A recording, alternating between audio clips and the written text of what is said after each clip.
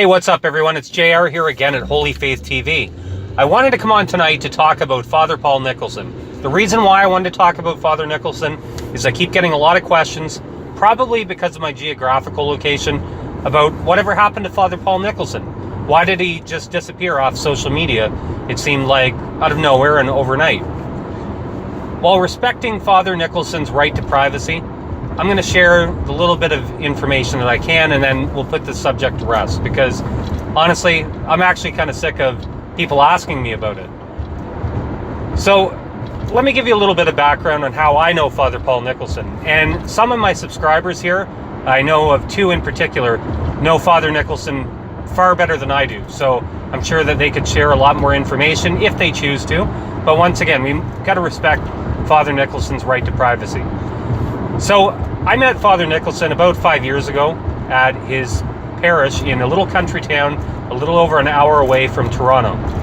And I went to Mass. He put on a very beautiful Tridentine Mass. A lot of people from various directions in Ontario ended up going down to this parish, or up, depending on which direction, but used to go to his Mass because it was well known that he put on a very beautiful Tridentine Mass every Sunday. And of course he had a lot of friends and ended up having a lot of influence due to other side projects that he had going on as well. So really the way that I got to know Father Paul a little bit is from working on a project for a church militant fundraiser that was held here in Southern Ontario. And I was one of several other people that helped organize this church militant fundraiser. And I had a really good time doing it. Met a lot of great people along the way. So that's how I know Father Paul. That's pretty much the extent of it. I was at the rectory at his parish a couple of times, talked to him a little bit one-on-one, went to confession with him a couple times. He was, I must say, a very good confessor, because you know there's lots of good confessors out there that I've met over the years, but Father Nicholson would probably be one of the best. However, with that being said, obviously later on down the road, I didn't really, once in a while I might have sent a Facebook message to Father Nicholson, but had very limited contact after that. And shortly after that church militant fundraiser, he ended up taking a new position as a preacher for the new evangelization. And so I sort of lost track of Father Nicholson, other than through his social media, which I watched.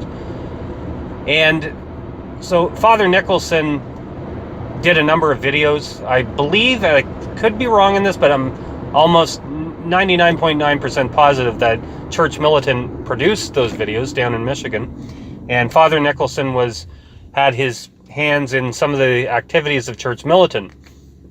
And then they had the falling out, and it all happened around the time that Michael Voris came out and told the world that he formerly was in a number of homosexual relationships. And shortly after that, or maybe it was at the exact same time, Father Nicholson and Church Militant, or Michael Voris, had a falling out. And then, so I think the plan, based on what his Facebook feed said, was that he was going to find somebody else to produce his programs.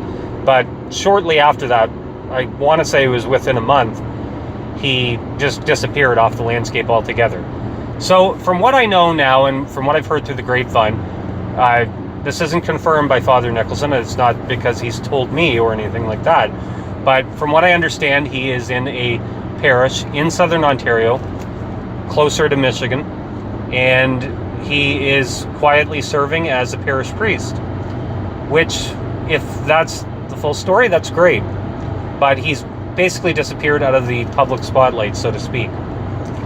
Now, maybe he does the odd mission or something like that. That could be true, I'm not sure. But as far as I know, there's no video of it out there anywhere. So that's the extent that I know about what Father Nicholson is currently doing. Now, that being said, so I don't have to explain my position. I think that most of the people that watch my videos would quickly come to the understanding that although I don't go to Society of St. Pius X Chapel, I definitely sort of lean in favor of them. Or, you know, in maybe a mild way, I'm somewhat of a supporter, I guess somebody would say. You know, put it this way, I think they're fully Catholic. even though I don't normally go to their chapels. But obviously Father Nicholson had some very strong opinions towards the Society of St. Pius X. I'm not going to get into them here. Most people that are watching were informed as to what happened. Put it this way, I went to Father Gruner's funeral, and at the time I happened to live in the same city where it was held. And so that's where I'm coming from. With that all being said, I actually really respected Father Nicholson. I thought he was a pretty good priest. He had a great sense of humor. And I think that, Father Nicholson has requested to be out of the spotlight. And, everybody should respect that. And that's not the reason I'm doing this video, is not to necessarily get views, but because I've had some legitimate questions. Probably, like I said, because based on where I live, most people want to know, and they were quite interested. Whatever happened to him? I've had questions from somebody as far away as Oklahoma asking me whatever happened to Father Nicholson. So he had some great videos, some really good videos out there.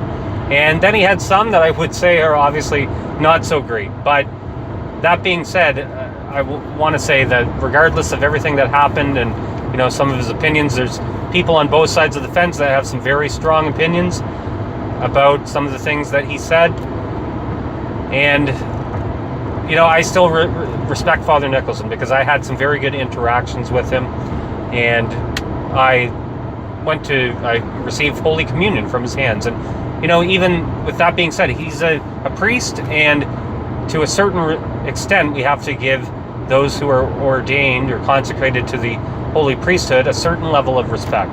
Even if we don't agree with all of their opinions, even if we don't necessarily share all their views, I find that is one of the biggest problems in the traditional Catholic world today is, on the essentials of the faith, on the dogmas of the faith, I think it's fair to say that we all pretty much agree. But on everything that's not essential to the faith, it's hard to find two traditionalists together that will agree on everything. And oftentimes it leads to bitter disputes and these bitter and petty arguments as far as I'm concerned. And for me, I'm not like that. I mean, you can come onto my page. I'm not going to censor your speech unless you use profanity. Even somebody that came on tonight that said he's been away from the church left a number of comments on our YouTube channel.